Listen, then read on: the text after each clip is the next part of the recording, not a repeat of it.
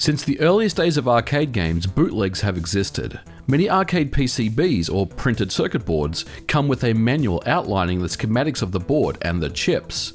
This is mainly for arcade technicians to identify if there were any issues with the boards.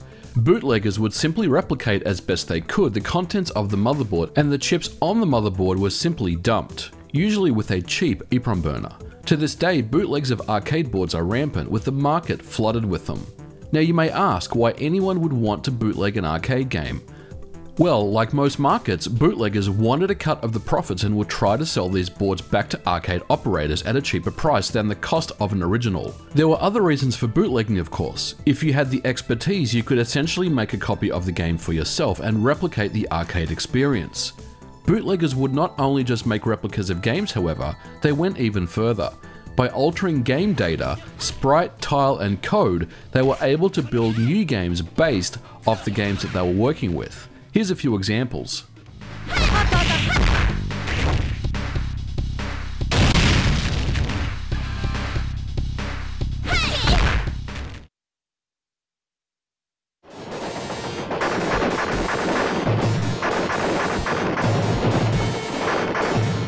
Not only are arcade PCB bootlegs generally frowned upon, the PCBs usually have many issues, including poor sound, graphical glitches, and much more.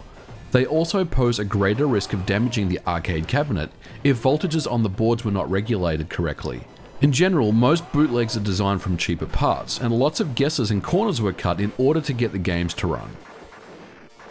So we can conclude, bootlegs are bad and arcade manufacturers wanted to put a stop to them. So they started to implement copy protection and ROM encryption. This was sometimes in the form of dedicated lockout chips that started to appear in PCBs. These chips were custom and they were not easily dumped. This meant that when bootleggers attempted to make a copy of the board, the game would not run or just contain scrambled graphics. Other games were more creative on face value, that they appeared to run fine, but they were crippled in some way. In 1985, Sega released Hang On in the arcades, which contained two Motorola 68000 CPUs. The game contained encrypted row data which was controlled by the second 68000. If this was missing, the track would contain no bends at all and completely kill off any incentive to play the game.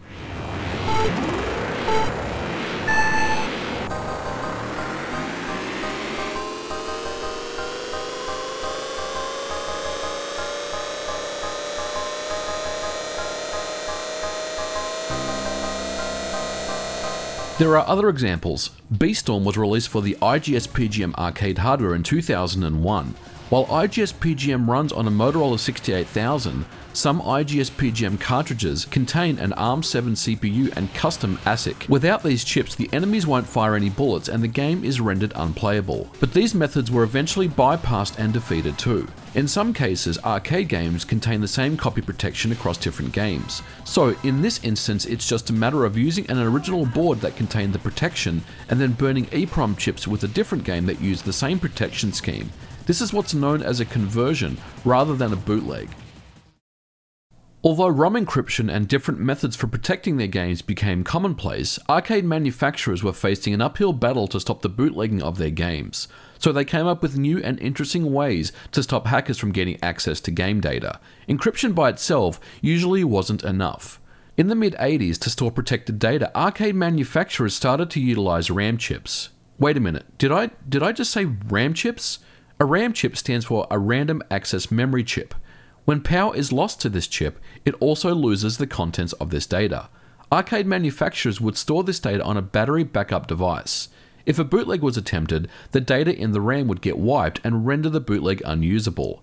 A side effect of this, of course, was when the battery would die after a few years of usage, the game would stop dead in its tracks. And this is the origins of the term suicide battery. When we think of suicide batteries, it's easy to pin the blame on Capcom, but Sega was actually the first to use them. In 1987, they were being implemented in their System 16 arcade games. Sega's method was to use a battery to back up the RAM that holds a table for decrypting the program ROMs. To stop bootlegging, they encased both the battery and the CPU in a little black epoxy block that plugs right into the CPU socket. There were two versions of this, a Z80 block and a 68000 block. The Z80 CPU was usually for the sound, so if the battery died there would be no sound. The 68000 however is the main CPU, and when it's dead, the game doesn't work at all.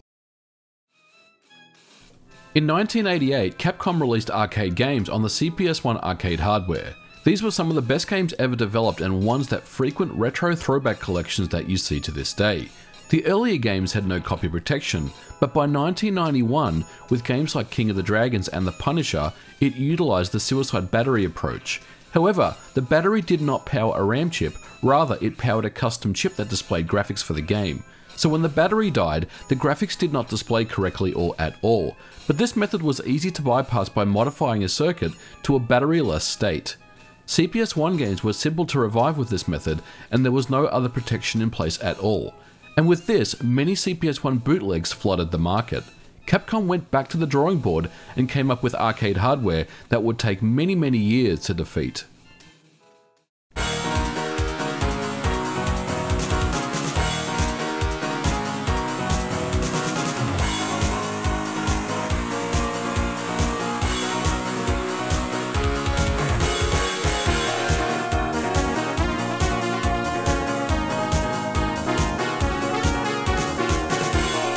In 1993, Capcom released the successor to the very popular and widely bootlegged CPS1.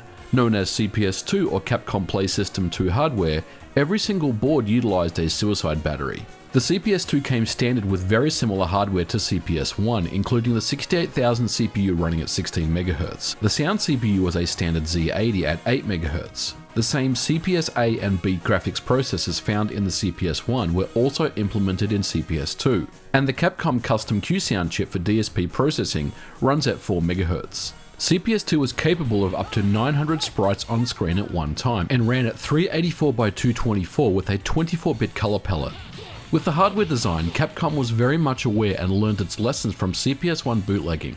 The main CPU was not exposed on the motherboard, rather it was encrypted and embedded into the Capcom DL1525 custom chip. But this time, rather than just use a simple protection system, Capcom encrypted every single CPU instruction with a decrypted table stored in the battery backed up RAM. Once this battery runs out, you guessed it, the game is lost and the PCB becomes a paperweight. Replacing the battery won't help because the RAM is already cleared. Although widely criticised and heavy-handed, this new method meant there were a total of 0 bootlegs or ROM hacks for the entire lifecycle of the hardware. That is, from 1993 to 2003, Capcom had finally beat the bootleggers. So what we have here, guys, is the Capcom CPS2 Marvel vs. Capcom game. This is the original CPS2 arcade board. Now, unfortunately, when we powered it up, as you saw, we got a green screen on my arcade machine, which is a sign that this board is completely dead. The problem with the suicide battery-based CPS2 hardware is obvious. Once it dies, it's dead forever. This meant that arcade operators either had to be diligent in replacing batteries every few years themselves, which in itself is no simple feat, or they'd need to send the boards back to Capcom, and for a fee, Capcom would provide a new battery and restore the contents of the RAM and revive the board. While all this was going on, hackers were attempting to defeat the CPS2 encryption, which was no simple feat. If you attempted to even patch a single line of code, it would result in a black screen. It looked like Capcom had won the battle, but the war was far from over.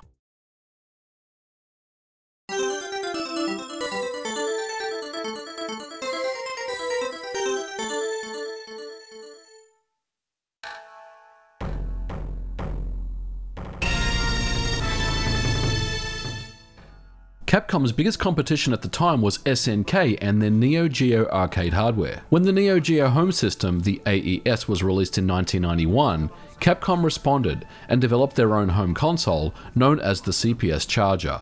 It contained cut-down CPS hardware meant for the home, and it was an absolute failure. But one of the CPS Charger games that came for the system was Street Fighter Zero, which was a backport of a CPS2 game. When the game was dumped, it was quickly realized that this version of Street Fighter Zero was decrypted. And this meant that hackers could find important information and clues in the code that may help with the CPS2 decryption effort. The team known as CPS2 Shock made an important discovery. Street Fighter Zero has an internal debugger, and it was determined that some memory ranges were not encrypted at all. What this meant was a simple dumper program could be inserted into those blocks of code. In 2001, the very first dump of the game Street Fighter Zero was released to the public, but this was not the end of the story. This was the unencrypted dump that was extracted from the game. The encryption method and the data stored in the backup RAM was still very much unknown, and there was still no way to revive dead CPS2 boards that had suicided. The unencrypted ROMs that were added to emulators such as Final Burn Alpha and MAME, but they still didn't work on real hardware. If you attempted to put the decrypted code on a dead CPS2 board, it would not boot, and no one was really sure why. But it wasn't long until this question was answered. It was determined that when a CPS2 board loses its protected RAM and the decryption table is erased, the memory address locations for both graphics and sounds are different, and when patching them will revive the board. This is the basis of what's known as the Phoenix Edition ROM sets, a patched set of CPS2 ROMs useful for reviving dead CPS2 boards. These Phoenix ROMs also include extra features, including a jukebox and the ability to change the region of the game easily. Phoenix ROMs were also quite controversial in the scene, as the developer, Rosula, who discovered how to revive dead CPS2 boards, would charge a fee for this. Many argued that it was no different than Capcom charging for their revival service. Phoenix Edition ROMs also changed some code, which was argued that may provide a different gameplay experience. But overall, Phoenix Edition ROMs was exactly what the arcade scene needed. Finally, all CPS2 boards could be revived. So now, we can preserve all CPS2 games by dumping and patching decrypted sets and using Phoenix ROMs. But the CPS2 encryption, as of 2001, was still unknown. It wasn't until 6 years later in 2007 when the encryption algorithm was cracked by utilizing advanced mathematical techniques and custom hardware. It was determined that the algorithm used was a Feistel cipher and a 64-bit key. This meant that the now dead CPS2 boards could be revived without resorting to decrypted or Phoenix Edition sets. Although the encryption method was discovered, it was still unclear as to how Capcom would revive dead CPS2 motherboards. But in April of 2016, Artemio Urbina, Ian Court and Eduardo Cruz successfully made this possible. They were able to reverse and de-suicide any dead Capcom CPS2 motherboard without any hardware modifications. In fact, methods using simple Arduino devices can now revive any CPS2 game, and even simpler methods are out there today, including the Infinikey, which will permanently revive any dead CPS2 boards. Ultimately, Capcom learned from their failures with protection on the CPS1 board, and from Super Street Fighter 2 in 1993 to Hyper Street Fighter 2 in 2003 and all the way up to 2007.